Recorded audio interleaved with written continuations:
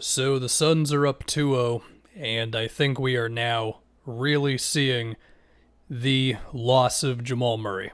I mean, in round one, the Blazers, with their defense, which is not much defense as we know, it wasn't as bad. I mean, Austin Rivers was able to still kill him some, Monte Morris some, MPJ as well.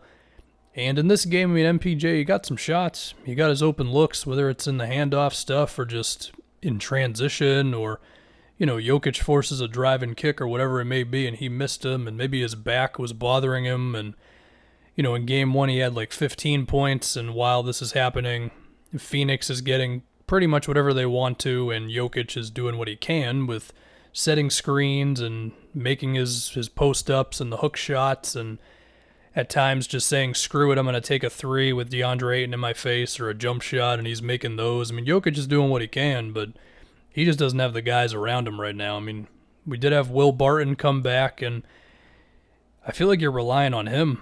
I mean, are you putting him in the two-man action with Jokic all the time and just hoping you can generate more points there?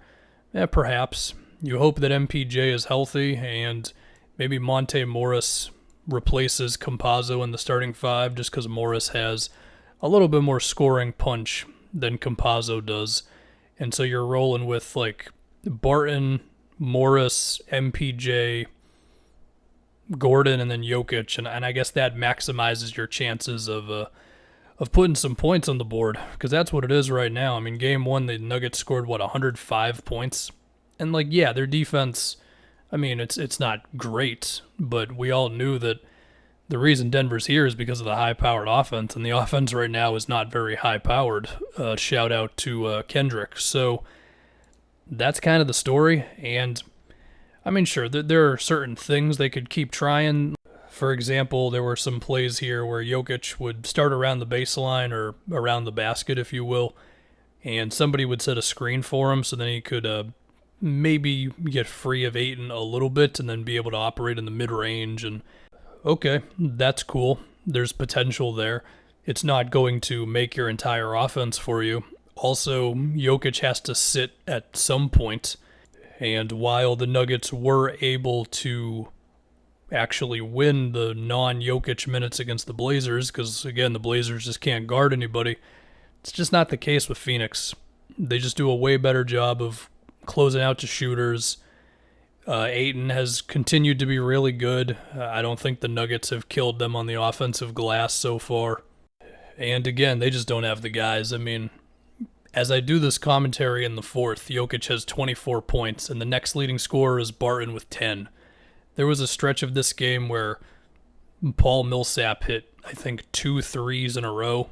One was a pick and pop, one was like end of the quarter, just kind of throw it up there. And it felt like really crucial for Denver. So that's kind of where it's at. I don't really think the Nuggets have a chance to win this series. Maybe they could win at least one in Denver, but this is going to be very tough to come back from. And MPJ has to be great. He's got to match Jokic's scoring. And, of course, he didn't do that tonight. And some of it is missed shots. Some of it is, I guess, the back. And ideally, you could like get him going with Jokic in like screen and rolls and stuff. It's just MPJ. That's not really where his game is at right now. Like, I think one day he can be the guy to run screens with, and he can read the floor and make the right play, but I don't think that's it right now. At least not against this Suns team. I mean, there was a play early on where they ran a handoff, Jokic and MPJ, and the Suns, specifically I think Chris Paul, collapsed onto the free throw line to just stop MPJ in his tracks, and Austin Rivers was open on the wing, and MPJ just didn't see him at all. If Jamal Murray is in that same exact spot, he gets it to Austin Rivers. Also, in an ideal scenario, that guy's not Austin Rivers at all. So, again, that just kind of shows the state of the Nuggets right now. And the thing to think about, man, this was said when Murray got hurt with that ACL, it's going to be next year as well. So we'll see what the Nuggets do in this offseason. I know I'm jumping the gun. We're only 2 games into this thing, but we'll have to see if they want to get aggressive with trying to save next season as much as they can. Like, yeah, you're not going to replace Murray's production, but if you could get as close as possible, that'd be nice.